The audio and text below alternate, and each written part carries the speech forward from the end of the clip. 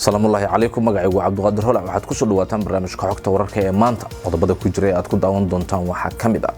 Amisom waxa ay gargaar siisay dadka uu ku fatahay wabiga Shabeelle sidoo kale ganacsatada qaadka ee Kenya waxa ay ka cabanayaan joojinta qaadka ee Kenya ay ka joojisay Soomaaliya sidoo kale waxaad ku daawan doontaan xogtan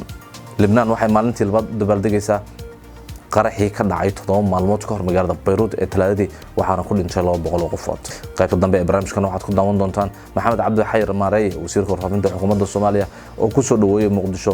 wasiirka warfaafinta ee maamulka Koonfur Galbeed qodobadaas iyo wixii kale nagu soo kordhay ku daawan doontaan barnaamijkan duhur oo idin soo saaray Cabdinaasir Abshir Cali anigoo Holac ayaa halkan kala socodsiinay waa mar kale iyo xogta wararka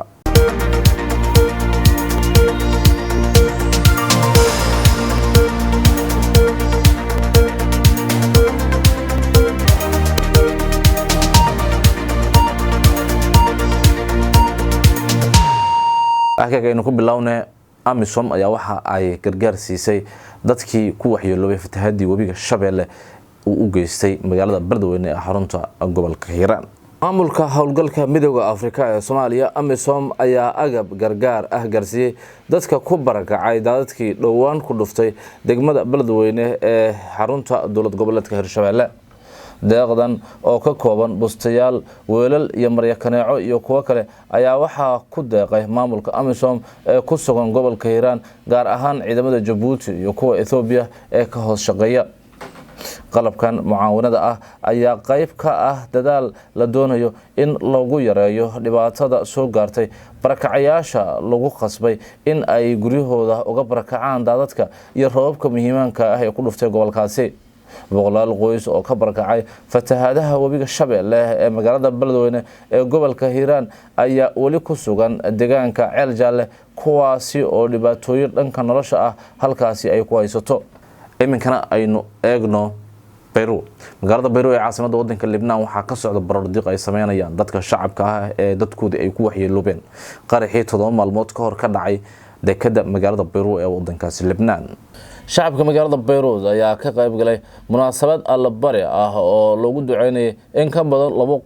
oo qof oo ku geeriyooday qaraxii 7 ka hor galgalay magaalada caasimadda waddankaasi oo ah Beirut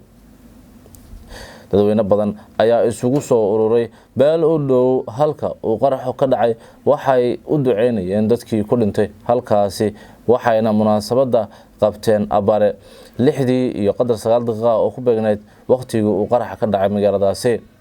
dadka ayaa ka careysan qaraxadii waaweynaa ee dhacay maalintii Talaadada kuwa oo saraakiisha dalkaasi ay sheegeen in uu ka dhashay 2750 tan oo ah maadada ammonium nitrate oo si aan wanaagsaneyn ugu kaydsaneyd maqaasiin ku yaala dekedda magaaladaasi aynu eegno Kenya dowladda Kenya ganacsiga qaadka waxa ay ka xun yihiin Soomaaliya oo diiday in qaadka uu ka soo dago garoonka diyaaradaha magaalada Muqdisho ganacsatada qaarkood oo u waramay Daily Nation ayaa waxa ay ka warbixiyeen wixii ay kala kulmeen markii ay yimideen Muqdisho isla markaasina ay la kulmeen qaar kamid ah mas'uuliyiinta dowladda oo u badnaa wasiiro waxa Muqdisho galaya mustaqbalka ganacsatada qaadka ee Kenya iyo beeraleyda mira kadib markii uu istaagay ganacsigii weynaa ee kala dhaxeeyay Soomaaliya halkaasi oo lagu joojiyay qaadka qaar ka tirsan ganacsatada qaadka ee Kenya oo soo gaaray magaalada Muqdisho ayaa kulamo la qaatay qaar ka tirsan wasiirada xukuumadda Soomaaliya waxayna xogta sheegaysaa in kulamadaasi ay ku soo dhamaadeen natiijo la'aan rajada ganacsatada qaadka ee Kenya ayaa ceel kusii dhacaysa markii dowladda Soomaaliya ay sheegtay in arintaasi kaliya ay kala hadli karaan dowladooda Kenya gudoomiyaha ganacsatada Kenya Muao Mohamed Qurayshi oo la hadlay Daily Nation ayaa sheegay in madaxweynaha Soomaaliya Maxamed Cabdullaahi Farmaajo uu diiday codsigooda ahaa in dib loo fasaxo qaadka sida uu hadalka u dhigay madaxweyne Maxamed Cabdullaahi Farmaajo waa uu diiday codsigeena ah in aan dib u bilowno ganacsigeena mira Muao Mohamed oo ka hadlayay sababta loo diiday duulimaadyada qaadka ayaa waxa uu sheegay in arintaasi aysan wax xiriir la lahayn caabuqa COVID-19 go'aanka lagu joojiyo qaadka ma aha mid xiriir la leh COVID-19 balse sababta ayaa ah mowqifka adag ee Kenya ay ka leedahay soo dejinta Soomaaliya ayuu yiri gudoomiyaha Mayo ayaa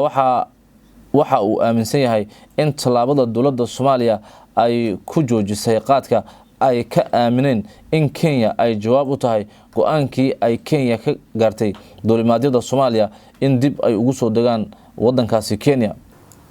qaybtii dambe barnaamijkeena aynu isla soo gaarnay iminkana inuu eegno wasiirka wasaaradda warfaafinta xukuumadda federaalka ee Soomaaliya mudane Maxamed Cabdi Xayir Maarey ayaa waxa uu magaalada Muqdisho ku soo dhaweeyay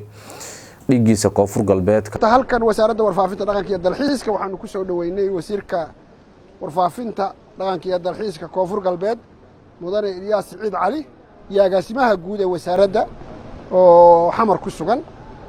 madaxweyne Cabdi Casiis ay halkan wafdigiisii ka mid ahaayeen. runtii aad iyo aad waxaan ugu faraxsanahay wasiirka inaanu maanta halkan ku soo dhaweyno